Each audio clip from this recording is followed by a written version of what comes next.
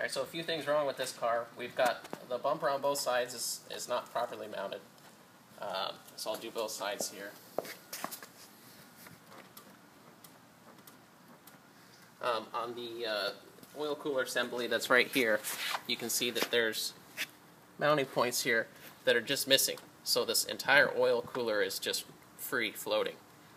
I'm disappointed to see all the rust on this assembly.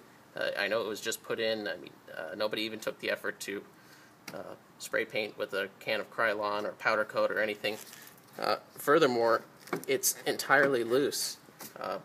Everything seems to be mounted with zip ties, which is widely known that in high heat environments such as an engine bay or around transmission coolers or anything like that, zip ties will dry rot in very short order, and then you'll have all these lines just kind of flailing around, so to say. Let's talk about this piece that's missing. The air scoop. Yeah, the intake air scoop on this side, which is the same as here, is missing. And show that that's loose. Yeah, this one's broken. And there's also a piece missing from behind here. Let's talk about the bentness and how that perhaps got bent, the oil. This component here that was installed is resting directly on this oil cooler, and it's clear that it's bent. It's got about a 3/4 of an inch bow from the center to the span, which is quite significant. So add that to the fact that it doesn't even have mounts on it is pretty disappointing. Up here, where you have the other components of the system, that's not mounted either.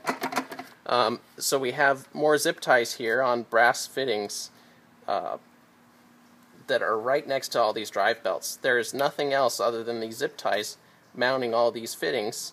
So when these pop and break, we're going to have all these lines just free hanging there right next to the drive belts. That's pretty disappointing.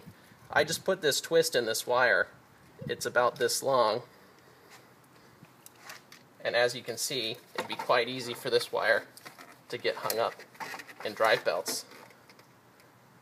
So I mean, there's no loom, there was no twisting, I see so many zip ties, I guess somebody just ran out, because there's no zip ties holding this. I'm sure there's more, but that's all I've seen so far. Let's talk about the transporter damage. It's down here.